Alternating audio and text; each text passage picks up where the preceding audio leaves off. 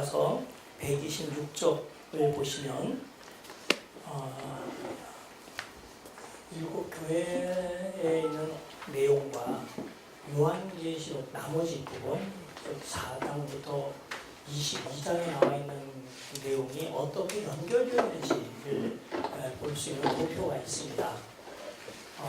보통 사람들은 성경의 전체 그림을 보지 않고 또 요한이 의도한 이 내용을 무시하고 그냥 나무 하나, 그 본문 하나만 그냥 관심을 가지고 보는 바람에 전체와의 관계성, 유기적 연결성을 놓쳐버리는 경향이 많이 있는데, 성경 그대들이 이것이 단편적인 것 하는 편리로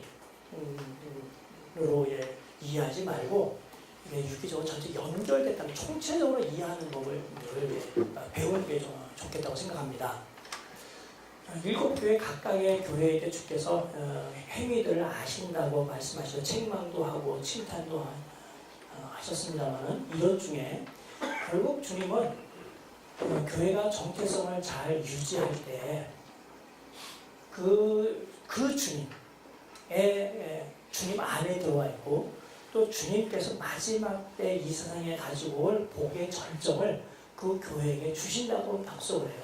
그러면 에베소 교회는 A라고 하는 약속을, 서문화 교회는 B라는 약속을 주시는 그것만이 아니라, 아까 이기는 자는 성령께서 교회들에게, 귀 있는 자는 성령께서 교회들에게 하시는 말씀을 들어라 하고 말씀한 교회들에게라고 복수형을 써서 한 교회의 문제가 그 교회의 당사자에게만 문제가 되는 게 아니라 전체 교회에게 해당된다고 이야기한 것처럼, 각각의 교회에게 약속한 이긴 자에게 주시는 그 약속들은 모든 교회에도 해당된다는 것을 꼭 기억하셨으면 좋겠습니다. 그리고 요한계시록의 뒷부분은 여러 가지 장면들을 소개하면서도 이 교회가 결국 점점 지향하여 교회가 영광스럽게 되고 온전하게 되고, 또 그리스도께서 오셔서 그들을 진짜 그리스도의 사람이라고, 하나님의 참 백성이라고 인정해 주실 때 그들이 참여하게 된 영광을 총체적으로, 그리고 그 영광에 있는 여러 가지 모습들을 그려주고 있는 그 전체적인 그림이 이미 2장과 3장에서 부분적으로 소개되고 있다는 점이에요. 그래서 이 3장은 요한계시록의 뒷부분 20장부터 22장에 나와 있는 내용과 긴밀하게 연결되어 있습니다. 그러니까 요한계시록 시작과 끝은 또 이렇게 연결이 되는 거예요. 그러니까 전체적으로 보면 이것도 교차 대꾸법 형식 혹은 인클루지오 형식으로 되어 있어요. 이런 식으로 A, B, C, D, E, 그 다음에 D-, B, C-, B-, A- 이런 식으로 계단적으로 X자형으로 된 것이 많이 있으면 교차 대꾸법이고, 요 안에 있는 것이 없어지고 그냥 A와 A-만 있으면 인클루시오예요. 그러니까 인클루시오는 넓은 의미에서 제휴법에 해당되는 것이고, 지금 교차 대꾸법에 해당되는 것이고, 교차 대꾸법은 또 다시 인클루시오를 세분한 것이라고 생각하면 돼요. 어쨌든 이 처음에와 마지막에 이야기한 것은 글 쓰는 사람이 생각하는 중요한 주제를 표출하고 있는 것입니다. 그런 관점에서 본다면 요한계시록 2, 3장과 뒷부분 20장부터 22장은 인클루시오로서 혹은 교차 대꾸법으로서 주제를 담고 있는 겁니다. 앞에 부분은 이 땅에서 아직 완성이 이루어지지 않은 교회가, 즉 한편 그리스도 메시아가 오셔서 마지막 때는 시작됐지만 마지막에 완성이 이르지 않은 그 중간 단계에 살고 있는 교회가 겪는 여러 가지 일들, 한편 예수 그리스도를 증언해야 되고, 또 다른 한편 시험을 받으면서 박해를 받고 세상으로부터 계속 따돌림을 받는 그런 상황 속에 과연 그들의 믿음의 인내를 지킬 것이냐, 아니면 세상과 타협할 것이냐 라는 갈림길에 서 있는 종교개혁자는 이것을 전투하는 교회라고 언급했는데 이런 교회의 모습을 그려주고 있다면 20장, 21장, 22장은 이 모든 과정을 거쳐서 교회가 얻게 될 영광스러운 모습을 그려주고 있어요. 그런데 이 전투하는 교회와 영광스러운 교회는 서로 연결되어 있습니다. 이 연결된 이 연결고리의 핵심은 결국 주께서 교회에게 명령하신 세상 앞에 교회의 교회됨을 증언하는 것이고 인내하는 것이고 하나님의 말씀과 예수 그리스도를 증언하는 일을 해야 되는 것이죠. 그래서 126페이지에 요약해 놓은 그 내용들은 그대로 앞에 부분과 뒷부분에, 즉 앞에 부분에는 약속으로 뒷부분에는 그 약속의 성취로 이루어져 있으니 요한계시록 전체 구조를 또 이런 관점으로도 얼마든지 이해할 수 있다고 생각합니다.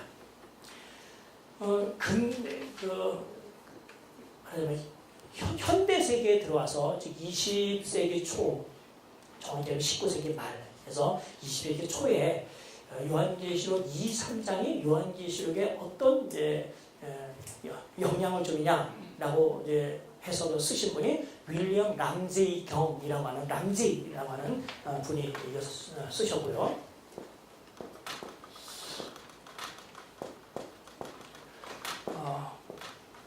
동일한 방식으로 20세기 후반에 1990년대에 요한계시록 2, 3장이 요한계시록 전체를 위한 열쇠가 되고 요한계시록 전체를 다루고 있는 주제들을 담고 있다고 2, 3장에 나와 있는 것을 연구하신 분이 폴 해머라고 하신 분이에요.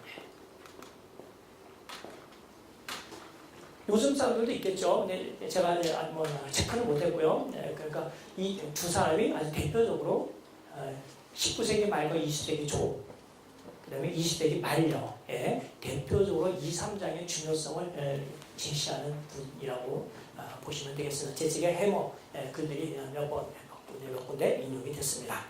자, 이런 관점을 가지고 에베소 교회부터 빠르게 언급해 나가도록 하겠습니다. 에베소 교회에 알려주신 주님은 7별을 붙잡고 금초대 사이에 거니시는 분입니다. 교회에 임재하시는 분, 교회의 지도자를 이렇게 딱 붙들고 계시는 분으로 소개하고 있어요. 왜 그랬을까? 우선 에베소 교회가 그동안 교회로서 탄생이 돼서 잘한 일이 있습니다.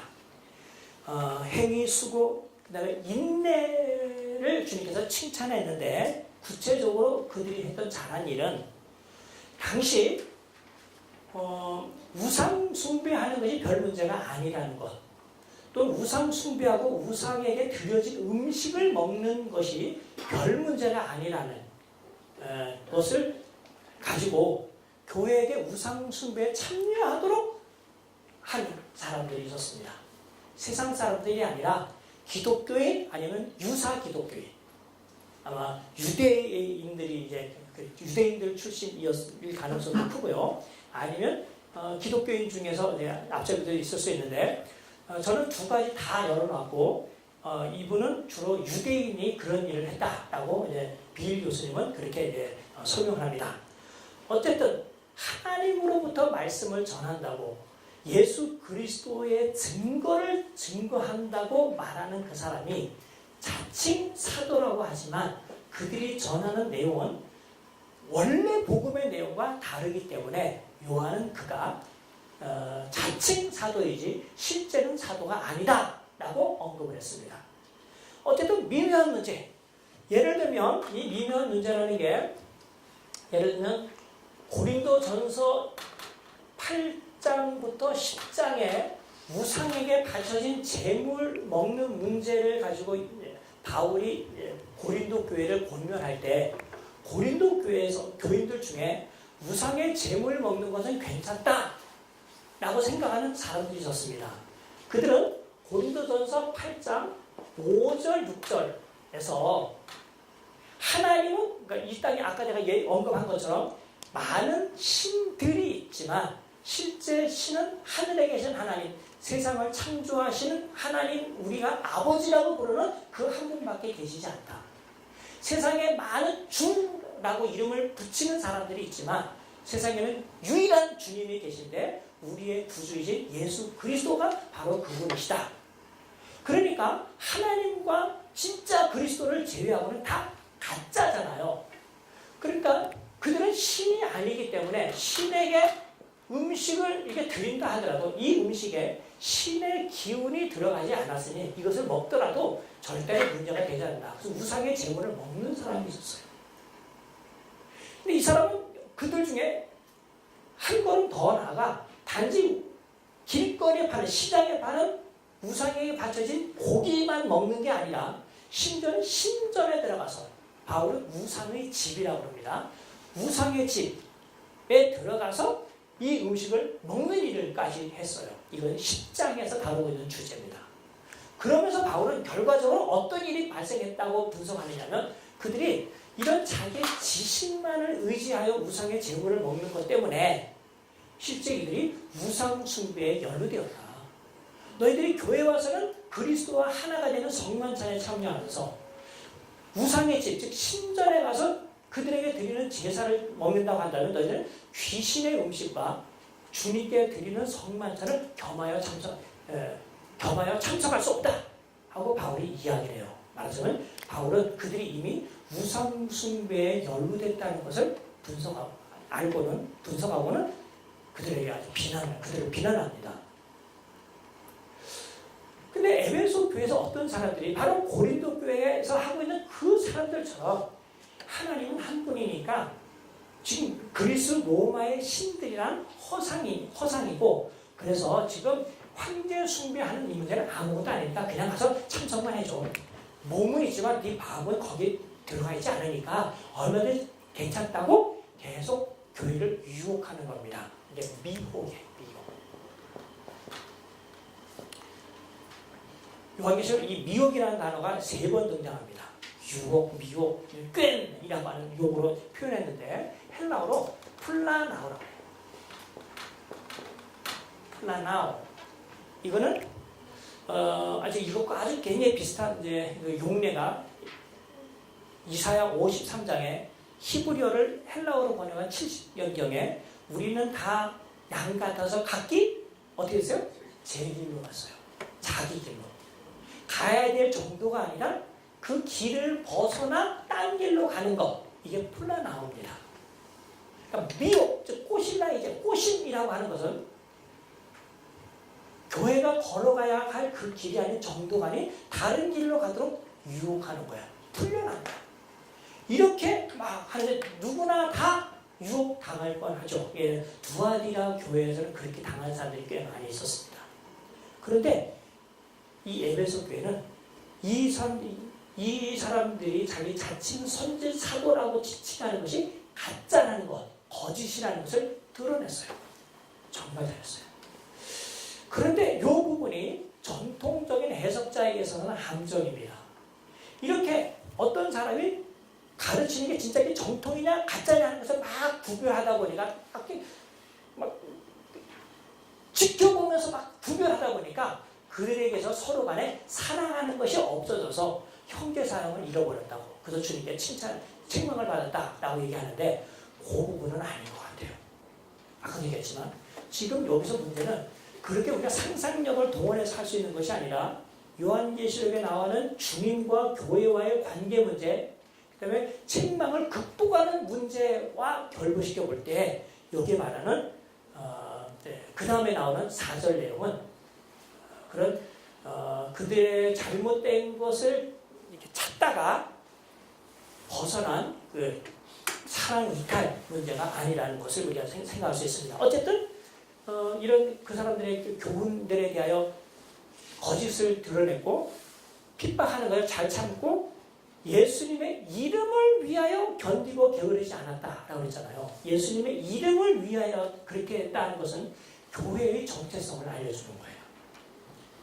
교회, 크리스천이라고 하는 것은 크라이스트와 밀접한 관계가 있습니다.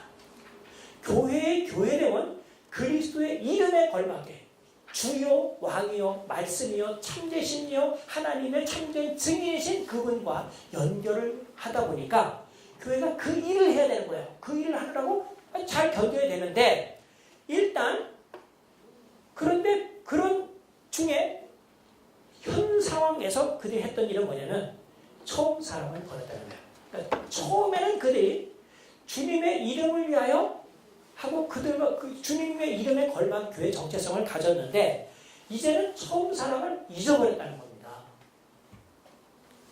여전히 거짓 선자의 거짓됨을 밝히는 일은 잘했다 하더라도 그 이후 한동안 잘했던 그 처음 사람을 잃어버리고 그 이후 그들은 교회 사람들 앞에 증언하는 일을 하지 않았다는 것을 여기서 이야기해 주고 있어요. 그래서 심지어는 교회의 정체성을 잃어버렸기 때문에 주님께서 그 교회를 옮기시겠다고 이야기하는 겁니다. 7절로 넘어갑니다.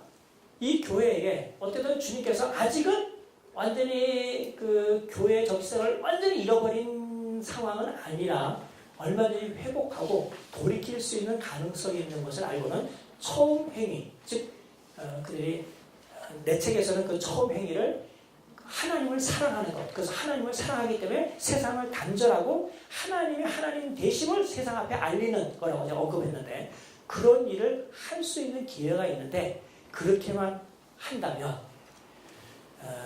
주님께서 그들에게 생명을 주겠다고 약속하시는 겁니다. 인류가 태고적부터 간절히 바랬던 생명나무에 참여하는 그 일은 하나님의 백성이 이 땅에서 하나님의 백성됨을 잘 유지할 때 받게 되는 복이라고 설명하는 겁니다. 8장 서머나 교회 상황을 보겠습니다. 서머나 교회를 이해하기 위해서는 8절에 언급된 예수 그리스도를 잘 이해해야 하는데 예수 그리스도는 처음이며 마지막 또 죽었다가 살아나신 또 자기 자신을 소개합니다. 처음은 태초만큼 오래된 분이시고 마지막은 이 세상을 마무리하는 종말까지 계시는 하나님이라는 분입니다. 역사적 예수는 33년 동안 세상에 살았던 한 인격체만이 아니라 그분은 태초만큼 창조만큼 오래된 기원을 가지고 계시고 그 이후에 종말까지 이 세상을 마무리할 때까지 계시는 분이시라는 거예요. 영원한 존재입니다. 즉 하나님의 아들 되시는 분이세요. 그 용어는 나중에 다시 나오겠습니다만은 두 번째는 죽었다가 살아나신 분입니다. 즉 사망과 생명을 언급했는데 여기서 강조점은 생명이 있어요. 비록 죽는다 하더라도 생명을 가지고 살아나셔서 생명을 주관하시는 분이세요. 이 문제와 관련해서 1장에서 주님께서 언급했었습니다. 18절에 내가 1장 18절 내가 전에 죽었었노라 볼지어다 이제 세세토록 살아있어 사망과 음부의 열쇠를 가졌다. 모든 사람들 최후의 심판을 하여 나중에 언급될 둘째 사망에도 쳐넣을 수 있고 또 영생에도 들어가게 할 수 있는 생사를 주관하시는 분이라는 분으로서 예수 그리스도를 소개하고 있는 겁니다. 자, 그게 서머나 교회와 무슨 관계가 있을까요? 우선 서머나 교회의 현재 형편은 사람들이 볼 때 거의 죽어있는 형편이었습니다. 사람들이 볼 때 내가 내 환난과 궁핍을 알거니와 실상은 내가 부유한 자니라. 이건 라오디게아 교회와 절대적으로 비교가 돼요. 라오디게아 교회는 자기들이 살아있고 부유하다고 생각했습니다. 그러나 주님께서는 그들은 죽었고 그들은 가난하다고 그랬어요. 그러니까 사람들이 보는 눈과 하나님이 보는 눈에 있어서 서머나 교회와 라오디게아는 정확하게 반대돼요. 그래서 A와 B는 사실 서로 대립관계에 있습니다. 이게 만약에 테시스라고 한다면, 테제라고 한다면 얘는 안티테시스예요.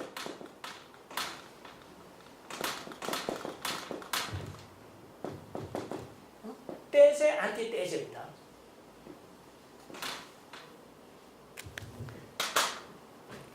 마찬가지로 빌라델피아 교회와 라오디게아 교회도 마찬가지예요. 심지어는 이것과 이제 대조해도 되는 겁니다. 특별히 이 서머나 교회가 어려움을 겪게 되는데 1등 공신으로 역할을 한 존재는 유대인이었습니다. 유대인은 자기 스스로가 하나님께 예배하기 위하여 말씀을 공부하기 위하여 회당에 모였고 자기들도 율법을 많이 알고 하나님을 섬기는 사람으로서 늦게 출발한 서머나 교회에게 지도해준다고 훈계를 둔 그 훈계가 오히려 그들이 스스로가 참 이스라엘 백성이 아니라 하나님의 참 백성이 아니라 그들 스스로가 사탄에게 속한 자라고 하는 것을 드러나게 됐습니다. 그래서 자기들은 이거는 유대인 유대인 용어는 시나고그예요. 회당에 모여서 하나님께 예배한다고 했지만 그들이 그곳에서 교회에게 하는 행동을 보니까 요한은 또 그리스도는 그것을 사탄의 회당이라고 이야기한 겁니다. 10절에 보면 이 유태인들이 결국 서머나 교회를 당시 그 시정부에 고발해서 박해를 받게 하는 그 역할을 했다고 생각이 돼요. 너는 장차 받을 고난을 두려워하지 말라. 볼지어다 마귀가 장차 너희 가운데서 몇 사람을 옥에 던져 시험을 받게 하리니 너희가 10일 동안 환난을 받으리라. 그러니까 지금까지 그들은 가난, 궁핍, 즉 재산을 빼앗기는 것 때문에 고난을 받았는데 앞으로 그 고난은 더 강하게 그들에게 닥쳐오는 거예요. 그렇다면 하나님께서 왜 신실한 사람들에게도 이런 고난을 당하게 하시는가? 2, 3 요한계시록의 모든 부분에서도 그러하지만 2, 3장에 있는 7교회를 설명하기 위해 사용된 모든 상당히 많은 용어들이 구약 성경에서 왔어요. 특별히 여기에 사용된 열흘 동안 너희를 시험한다라고 하는 이 열흘이라고 하는 이 열흘은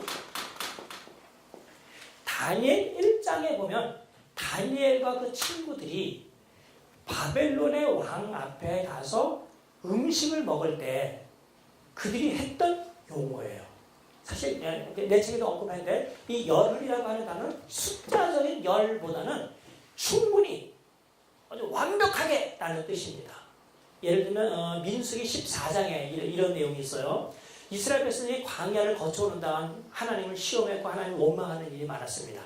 그 원망의 한 중간 단계, 그 절정은 모압에서 일어난 일이 절정이고 중간 단계 그 정탐꾼들이 가나안 땅을 보고 와서 하나님이 이 좋은 땅 젖과 꿀이 흐르는 땅을 준다고 했을 때도 어떻게 했어요? 안 들어간다고 했잖아요. 그때 하나님께서 나서서 하신 말씀이 너희들이 광야에 오는 동안 10번이나 나를 거역하였도다. 그쵸 나오죠? 한번 세보세요. 10번인지 아닌지. 기록 안 된 것까지 하면 더 많을 거고 기록된 것도 10번은 되진 않아요. 근데 10번이라는 말은 그만큼 완벽하게 너희들 철두철미하게 나를 시험했고 나를 원망했다는 뜻입니다. 마찬가지로 이것이 다니엘 1장에서는 다니엘과 친구들이 왕 앞에서 식사할 때 그런 용어를 사용해요. 일단 왕의 시중을 드는 일만 하더라 일을 했을 때 그것은 어느 정도 감당할 수 있는 일이라고 생각했습니다. 근데 왕의 식탁에서 식사를 한다는 것은 단지 그냥 정부 일을 하는 공무원이나 또는 요즘으로 얘기하면 우리들 식이라면 청와대 안에 들어가서 직무를 보는 그 일만이 아니라 특별히 그 왕에게 충성을 맹세하는 사람들, 왕 앞에 신실한 사람들이 그 왕과 함께 식사를 하는 겁니다. 그 왕의 음식을 먹는 거예요. 근데 다니엘과 친구들은 그랬어요. 우리가 여기서 바벨론을 위해서는 일을 할 수 있습니다. 이건 비성경적이 아니에요. 예레미야서를 읽어보면 하나님께서 예레미야 선지자를 통하여 백성들을 이렇게 얘기합니다. 내가 너희를 애굽으로 보내기로 했는데 앞으로 애굽에서 애굽 국가를 위해서 너희들이 기도하고 애굽 국가가 잘 되기를 기도해라. 이렇게 얘기합니다. 의외죠? 언급이 있어. 그런데 그것과 가서 바벨론 왕을 하나님처럼 섬기거나 바벨론 왕 앞에 피스토스 하는 일, 아무트 하는 일, 이런 또 별개의 문제예요. 그러니까 다니엘과 그 친구들은 그 음식을 먹는 것과 왕과 함께 식사를 하는 것이 바로 그것을 요구한다는 것을 알았습니다. 그래서 요구합니다. 우리는 이거는 못하겠습니다. 그랬더니 그 식사를 담당하는 사람이 뭐라고 해요? 너는 그렇게 해서 얼굴 혈색이 안 좋으면 내가 죽는다. 근데 다니엘이 하는 말이 뭐예요? 우리에게 열흘만 기한을 써서 시험하십시오. 그렇죠? 물론 그때는 열흘일 거예요. 숫자적으로. 근데 그때 아무튼 그 열흘이란 내가 긴가 민가, 참인가 아닌가, 진짜냐 거짓이냐 하는 것을 가늠할 수 있는 충분한 기간이라는 뜻입니다. 충분한 기간. 그러니까 서머나 교회에 열흘 동안 환난을 받는다는 것은 실제로 그들이 열흘만 환난 받고 받는다는 의미가 아니고 충분하게 시험을 받는 환난을 겪는다는 거예요.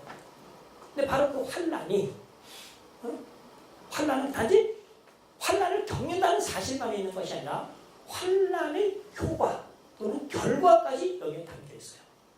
이 문제에 있어서는 베드로전서 1장 6절부터 9절에 있는 내용을 아주 우리가 이 구절을 이해하는데 이용하면 정말 좋은 거예요. 거기 뭐냐면 여러 가지 환난, 극심한 환난 속에서 초대교회가 기뻐했던 이유는 그런 환난을 통하여 자기의 믿음이 참 믿음이라는 것, 그렇죠? 정순한 믿음이라고 하는 것을 입증할 수 있는 것이기 때문에 베드로는 이런 용어를 예를 들어요. 금보다 더 너희 믿음이 금보다도 더 귀하게 되어. 어디서 이 이미지를 가져왔겠어요? 용광로.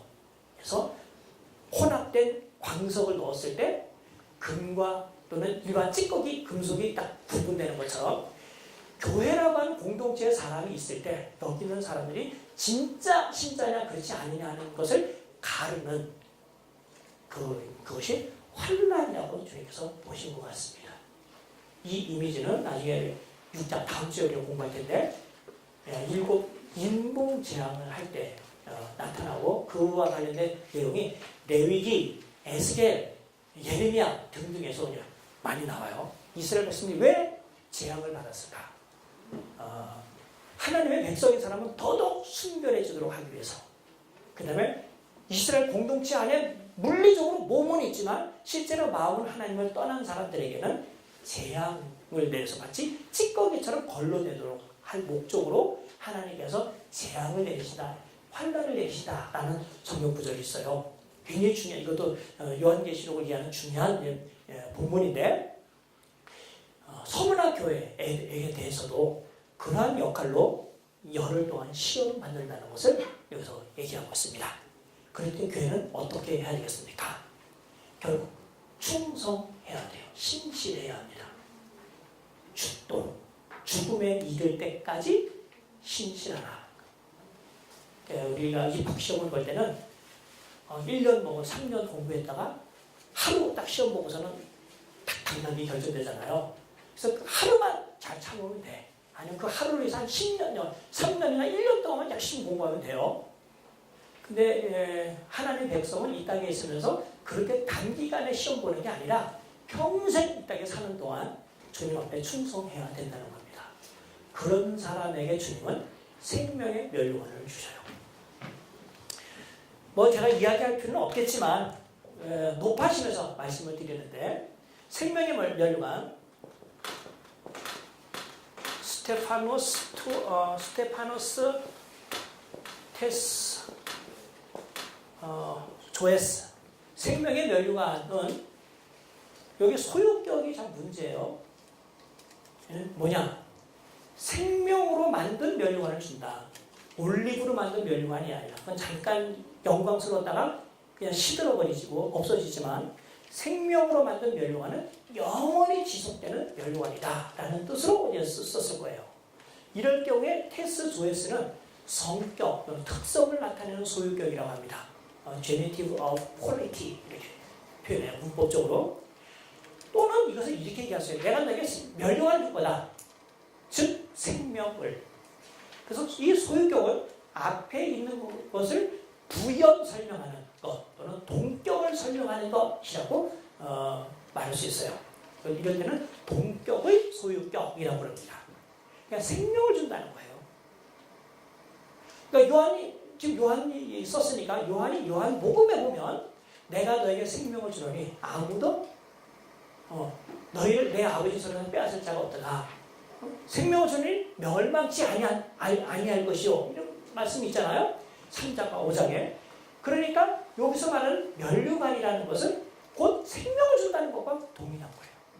그러니까 생명으로 만든 면류관을 주는지 생명인 면류관을 주는지 다 같은 내용입니다. 그렇다면 혹시 실감한 사람이 있을지 모르겠지만 여기 면류관은 주님께서 우리에게 주시는 구원 더하기 덧붙이기로 주는 상급으로서 면류관이 아니에요. 이걸 모르는 사람들이 성도들에게 신앙생활을 격려하기 위해서 우리가 상급을 받아야 되지 않겠냐. 어떤 사람은 선지자의 상을 받는 사람이 있고, 어떤 사람은 의의 면류관을 받는 사람이 있고, 어떤 사람은 생명의 면류관을 받는 사람이 있고, 어떤 사람은 3개를 받아서 면류관 3개를 쓰고 있는 사람이 있고, 그러다 다니서는 개털보다 쓰는 사람도 있고, 뭐 그렇게 얘기를 하는데, 부흥사가 그러는데, 부흥강사는 그런 게 아니고 일반 부흥강사 아닌 사람들도 이런 얘기를 해요. 근데 정말 교회에서 이런 거는 하지 않았으면 좋겠어요. 괜히 이것도 얘기해서 막 믿거나 말거나 하고 막 사람들 깍깍깍 막 웃고 그러잖아요. 웃기려고 하는 거 아니에요. 이거 얼마나 진지한 얘기인지 몰라요. 근데 어쨌든 요한계시록에서는 이게 구원 다음에 주는 생명의 면류관인 상급으로서의 면류관을 준다는 얘기가 아니라 우리 구원의 절정으로서 생명을 준다는 거예요. 우리가 지금 생명을 가지고 있잖아요. 그리스도 안에서 영생을 가지고 있잖아요. 근데 지금 갖고 있는 이 영생이란 이 땅에 있는 동안 얼마나 위태로워요. 그 생명력 여러분들 충분히 발휘합니까? 만약 그 생명이 여러분들에게 그 생명답게 발휘하지 않는다면 이 생명은 사실은 100%의 생명을 받은 게 아니에요. 예수 그리스도가 오실 때 우리는 그 생명이 완벽해져요.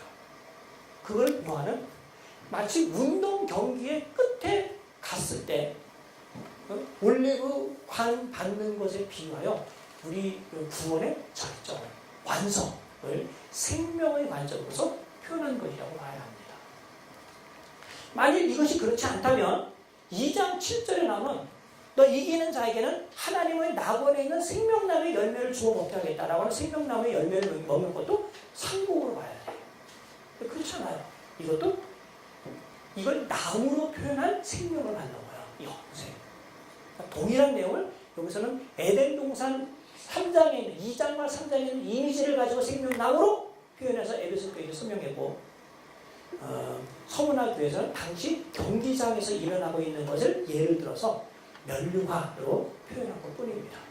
그들이 지금 가지고 있는 거에 절정을 주님께서 주셨다는 것이죠. 세 번째 교회는 버가모 교회입니다. 버가모 교회는 아까 말씀드린 것처럼 한편 그리스도에 대하여 충성되게 증언하는 것도 있었지만 타협하려 하는 사람들도 많이 있었다는 거예요. 어쨌든 그 교회에 나타나신 주님은 좌우의 날선검을 가지신 분입니다. 딱 하나로 언급됐어요. 검. 찔러서 죽이는 일을 하는 거예요. 그건 심판의 검이에요. 그렇죠? 심판. 아니, 사람을 죽이는 겁니다. 왜 이 말을 했을까?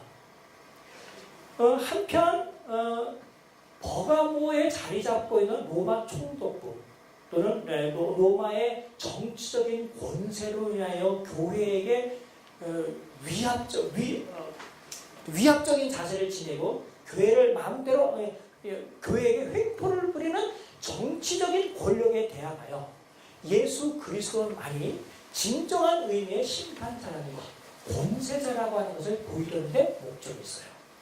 이게 가장 우리가 가깝게 볼 수 있는 겁니다. 실제로 그 내용이 13절에 보면 사탄의 권자가 있는 데라고 언급이 됐고 그 사탄의 권자에 앉은 이가 주님께서 정말 아끼고 버가모 교회가 정말 아끼는 충성된 증인인 안디바를 죽였어요. 칼로 죽였으니 참수가 있을 가능성이 큽니다. 어쨌든 안디바가 죽임을 당했어요. 그런데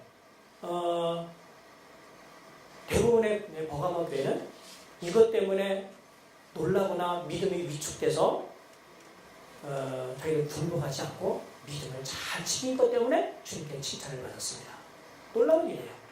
특별히 여기서 내 충성된 증인 안디바라고 하는 말은 1장 5절에 언급된 충성된 증인으로 죽은 자들 가운데서 먼저 나신 우리 예수 그리스도와 밀접한 연관이 있어요.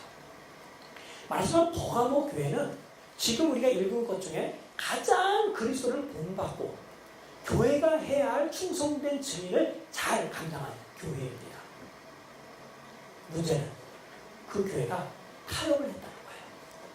14절에 발람의 교훈을 지키는 자들이 있다는 거예요. 어떻게? 옛날 아까 제가 그 이스라엘 하나님 원망하고 또 시험하고 타락한 그 중에 중간 단계 절정 단계가 있다고 했는데 그 절정 단계가 끝자락에 있는 것이 민수기 23부터 25장에 언급된 모압에서 일어난 일이잖아요. 그때 이스라엘 백성들이 사실 큰 위기에 있었어요. 바락 왕이 발람에게 돈을 주면서 이스라엘 위해 저주해달라고. 그러니까 그 저주가 자동적으로 이렇게 미칠 거라고 그는 생각한 거죠. 3번의 시도를 했지만 다 실패했어요. 그러자 이번엔 발락이 자기가 받은 돈이 있어서 그랬는지 모르겠지만 배터리가 다 된 것 같아요.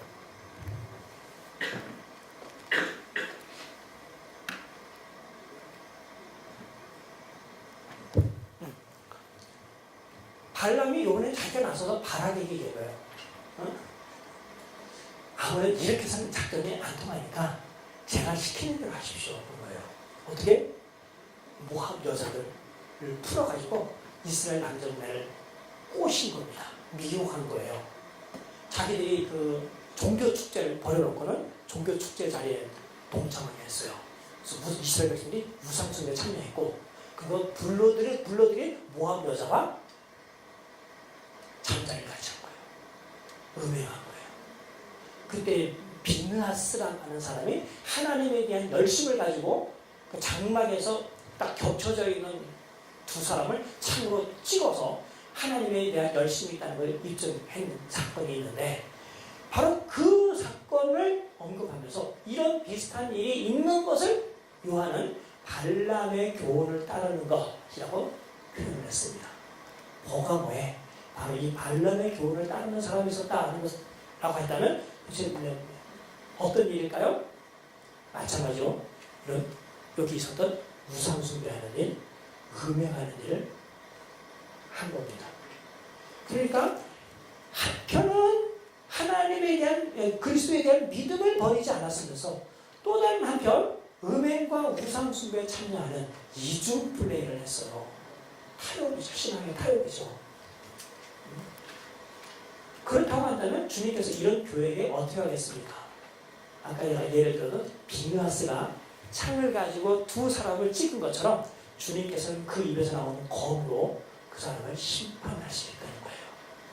그래서 이 검은 교회를 박해하는 정치 세력을 심판하시는 일에도 사용될 뿐만 아니라 우상 숭배하는 교회를 심판하는 일에도 사용되는 거니까 다른 어떤 모습으로 예수 그리스도를 소개하는 것보다 예수님이 자기 자신을 소개하는 것보다 입에서 검을 가지신 분으로 자기 자신을 소개하는 것이 버가모 교회에 아주 적절한 겁니다. 어쨌든 아직 이 교회가 교회의 정체성을 완전히 버리지 않은 상황에서는 돌이켜서 그들이 정말 하나님 앞에 100% 헌신할 수 있는 기회는 여전히 주어져요. 회개하면 내가 감췄던 만나를 주고 또 힘도를 줄 터인데 감췄던 만나 생명의 양식입니다. 힘도는 여러 가지 설이 있는데 그래도 당시 고대 상황에서 실제로 사용됐던 예를 들었다면 구약 성경에서 이 힘도를 이야기가 없으니까 고대 상황에서 이 배경을 찾아야 되는데 이것은 투표할 때 찬반 투표하거나 아니면 재판소에서 이 사람이 유죄냐 무죄냐를 결정할 때 유죄인 경우에 검은 돌, 무죄인 경우에는 흰 돌을 던지는 거예요. 이건 이제 버가모 교회에서 정말 적절합니다. 한편 버가모 교회는 세상에서 볼 때는 그들이 말하는 황제편, 로마 황제편이 아니라서 죄인이라고 하여 사탄의 권좌에서 칼로서 막 교인들을 죽이는 일을 했지만, 즉 세상에서 유죄 판결을 받았지만, 하나님께서 보실 때, 우리 주님께서 보실 때 만약에 그렇게 믿음을 지킨다면 세상에 너희를 유죄 판결 내린다 하더라도 나는 너희를 흰돌, 즉 무죄 판결할 것이다 라는 의미가 될 거예요. 그렇죠? 그리고 지금 너희들이 우상 숭배에서 음행을 하여 지금 세상과 타협하고 있지만, 돌이킨다면 옛날에 그 너희들이 우상 숭배했다고 책망했던 그 죄를 내가 묻지 않고 최종적으로 내가 너희를 다시 의롭다고 인정해 주겠다라는 약속이기도 하는 거예요. 그렇다면 이것이 어떻게 우리가 받은 구원 위에 또 받은 상급이겠습니까? 우리의 의로움을 완성시켜주는 일 아니겠습니까? 그렇죠? 18절 두아디라 교회를 보겠습니다. 두아디라 교회에 나타나신 주님은 그 눈이 불꽃 같고 그 발이 빛난 주석 같은 하나님의 아들이십니다. 하나님의 아들로 나타나셨는데 그 아들을 소개하는 것이 둘입니다. 눈과 관련해서 발과 관련해서. 발은 아주 강력하다라는 것을 나타내는 표현이 될 것이고, 눈이 불꽃 같다고 하는 것은 구약성에서 눈은 주로 어떤 것을 아는 것, 통찰, 예지, 속속들이 암, 영역 이런 것들을 의미하고 있으니까 사람들이 은밀하여 사람들 앞에 감추고 다른 사람을 모를 것이라고 생각하는 것까지도 잘 알고 있는 것을 언급할 때 사용되는 거예요. 교회가 신앙을 잘 지킬 때 아무도 알아주지 않아. 그냥 아무도 알아주는데 이것을 뭘 할 필요가 있을까 생각할 때 불꽃 같은 눈을 가지고 계신 그분은 나는 알고 있다.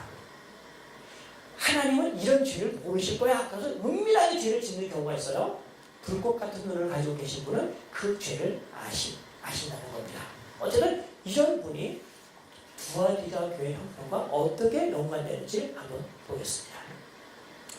19절에 보면 여기 내 사업이라고 했는데 왜 갑자기 여기서 사업이라고 번역을 했는지 모르겠어요. 지금까지 에베소에 나오는 내 행위와 또 내 행위와라고 거기 되어 있는 이 행위를 사용할 때 사용되는 단어 헬라어로 에르곤 혹은 에르간데,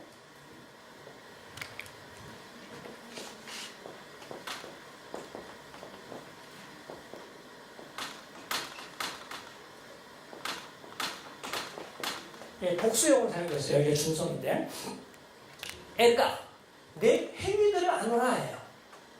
그리고는 행위들과라고 하면 안 되고 여기 에르가 다음에 나오는 그리고를 나타내는 이 카이는 카이 이렇게 나오는 이 카이는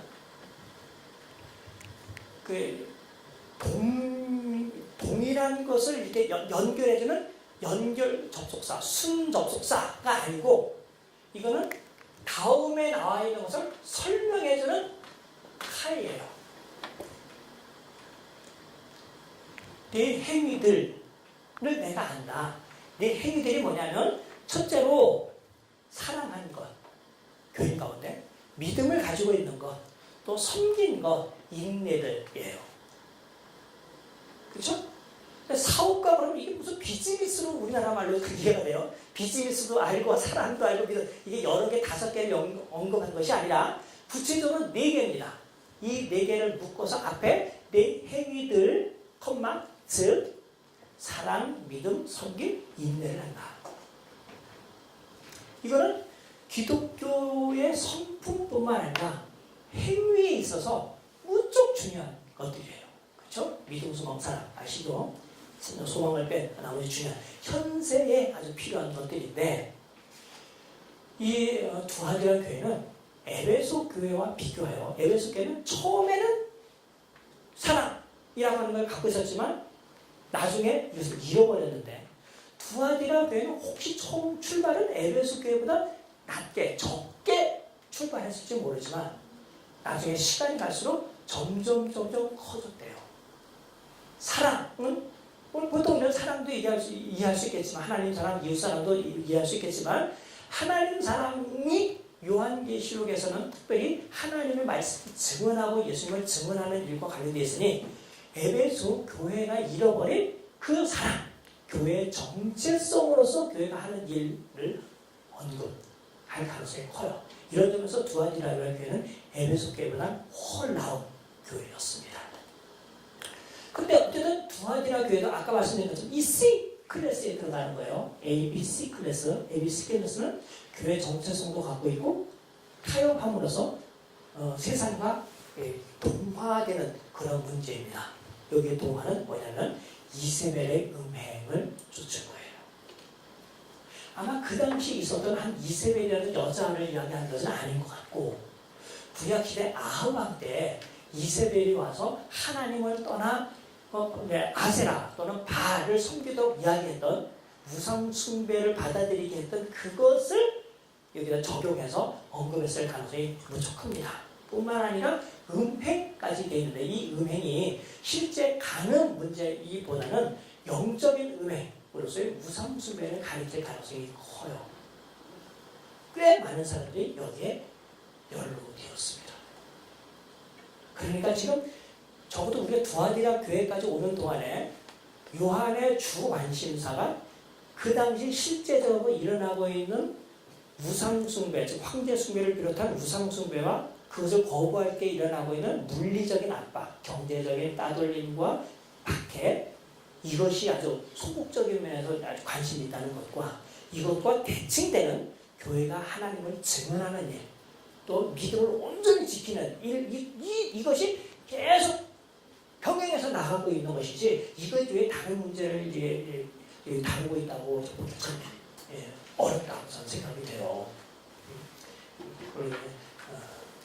제가 이런 생각을 갖게 되는데 많은 영향을 준 저자들의 경우에는 대부분 이렇습니다. 그래서 옛날에 아합 왕 때 이스라엘 모습이 두아디라 교회에서 그대로 재현되고 있었어요. 엘리야 선지자가 나타날 만하죠. 너희 왜 둘 사이에 머뭇거립니다. 하나님이 참 하나님은 너희들 바알과 아세라를 떼버리고 하나님 충성하고 정말 너희들이 지금 타협하고 있는 바알과 아세라가 참신하면 영원을 너희들 버려라.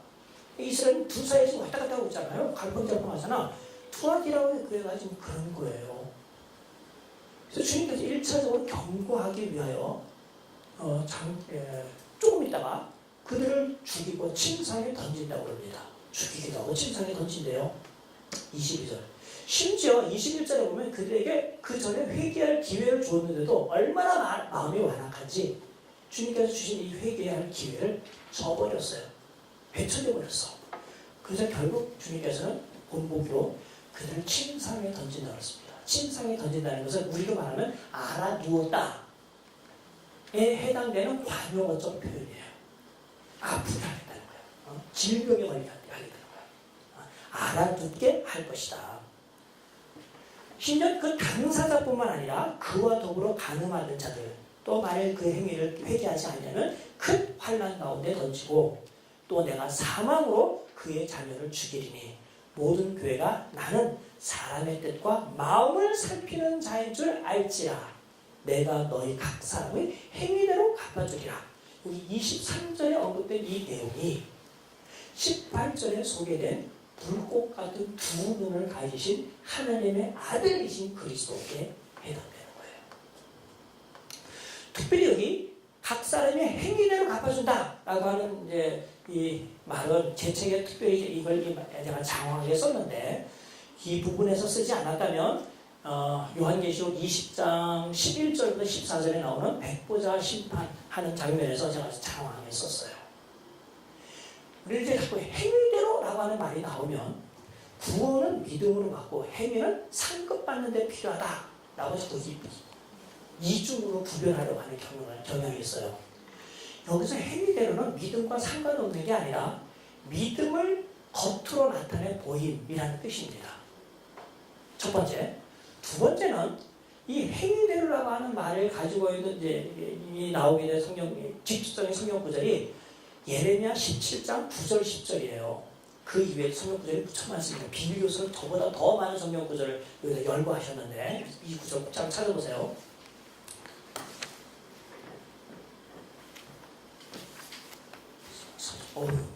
지도가 조금 나왔네. 그쵸? 아니요, 2점.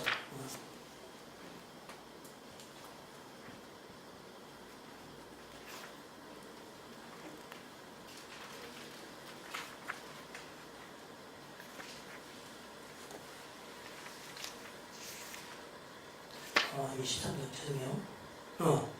448쪽, 각주 129번, 나중에 집에 와서 한 구절 한 구절로 찾아보세요. 그러면 여기서 행위대로가 믿음으로 구원 얻은 사람에게 상급을 주기 위해서 너희가 행위를 얼마큼 하는 거에 따라 상급의 정도가 다르다. 그래서 상을 준다가 아니라 상급을 준다고 설명하는 사람들이 꽤 많아요. 특별히 우리나라에서 그 총신대에서 교수하셨던 기억 교수님이 그런 상급론을 아주 굉장히 막 퍼뜨렸거든요. 그분은 자기 선입견을 가지고 이걸 보시기 때문에 잘못 보시는 것 같아요.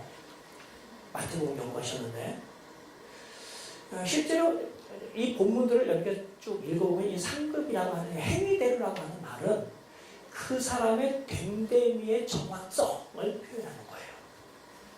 그 사람의 됨됨이의 정확성을 표현하는 말입니다. 예를 들면 이런 거예요. 특별히 예레미야 17장 9절 10절이 아주 중요한 본문입니다.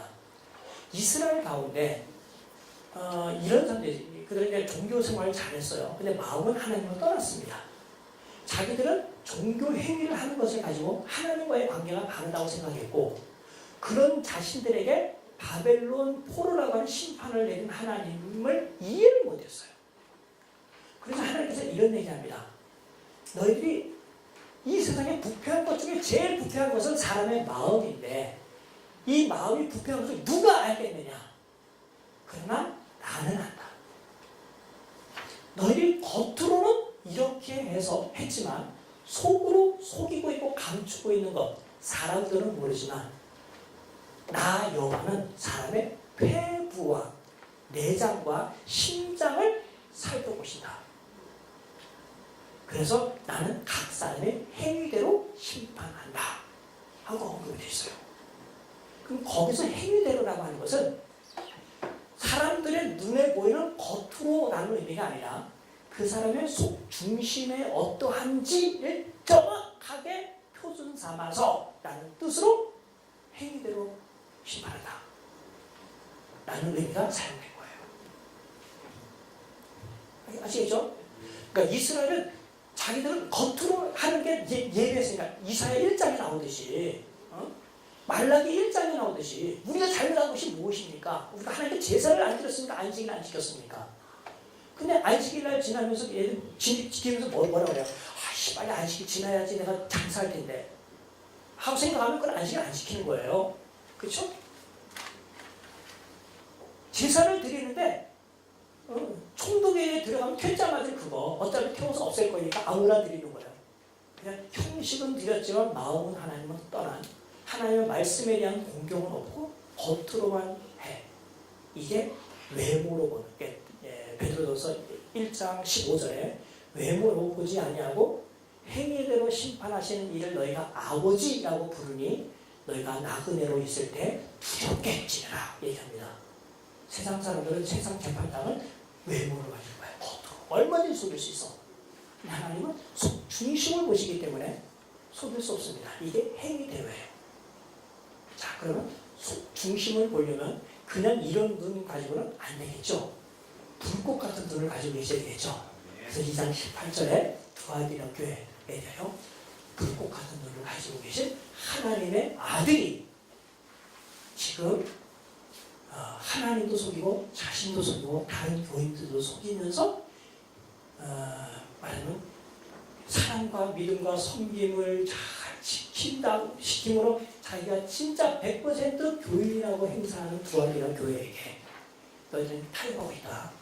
회개하라. 얘기하는 거예요. 그러나 그 교회도 완전히 그리스도인이 아닌 사탄 집단이 아닌 정말 연약한 인간인 상황에서는 아직 회개할 기회가 있습니다. 그들이 회개할 때 염두에 둬야 될 것이 있어요. 그들을 정확하게 보시는 주님은 말하자면 철장으로서 온 세상을 다스리는 분이라는 것.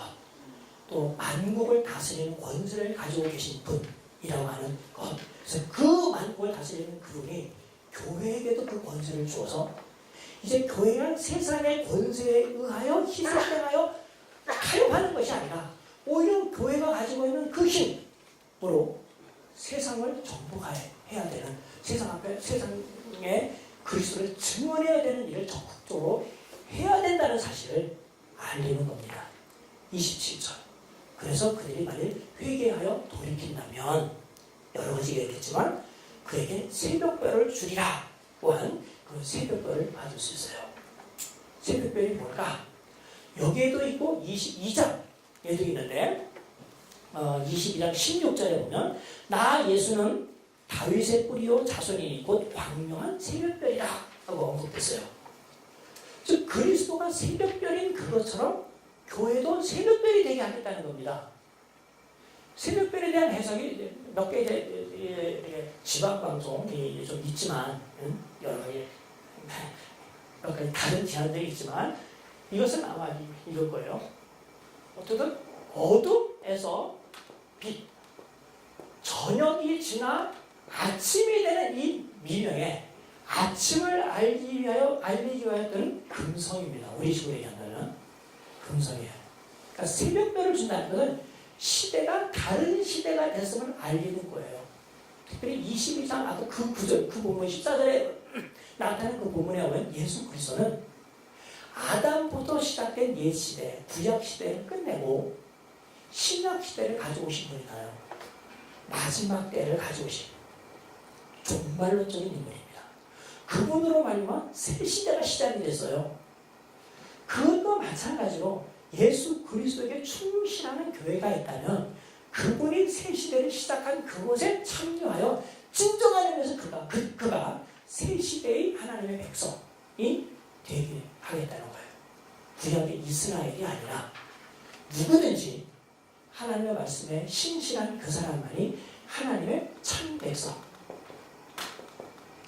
즉 종말론적 백성이 될 수 있다는 겁니다. 이게 상급입니까? 상입니까? 아니에요. 우리 신분 자체에 대한 완벽한 것을 나타내는 거예요. 그러니까 어떤 부분에서 혹시 상이냐 아니냐, 구원 이후에 받게 되는 플러스 알파냐 아니냐라는 것을 우리가 생각할 유혹을 받게 되면 이것과 비슷한 부분과 한번 비교해 보세요. 그러니까 이기는 자에게 주시는 7교회 것을 비교해 보면 각각의 내용들이 전부 우리가 이 땅에서 사실 그리스도를 만나 받았지만 우리가 새 시대의 백성이잖아요. 신약 시대 하나님의 백성이잖아. 그런데 현재 우리 상황은 아까 얘기한 전투하는 교회야. 갈등이 많아. 그런데 예수 그리스도께서 오실 때는 이 갈등되는 모든 요소가 없어지고 영광스러운 모습으로 변하게 돼요. 우리 참 하나님 백성으로의 완벽한 모습을 갖게 되는 구원의 절정, 완성에 이른 것을 요한계시록 마지막에서 각기 다른 각도로 보여주고 있다고 볼 수 있는 겁니다. 저는 이게 그냥 1등상 공책 몇 개 받는 것보다 더 훨씬 낫다고 생각해요. 전 지금 내 자신을 보면은 야, 내가 만약 하나님의 백성을 이렇게 많이 평생 산다면 어떨까 하는 두려움이 있어요. 그리스도의 재림 때 나의 모난 성격도 바뀌고 나의 불완전한 모습도 완전하게 된다고 생각한다면 정말 수망스러워요. 그때는 다른 거 필요 없어 이상해. 그죠? 그거 하면 되지 않겠습니까? 그것을 소망하면서 살았으면 좋겠습니다. 일단 샘플로 4교회만을 여러분들께 보여드렸는데 나머지 팩트도 거의 이제 그런 식으로 되었습니다. 다음 주에 4장부터 7장까지 공부할 테니까 미리 공부해가지고 오시면 고맙겠습니다.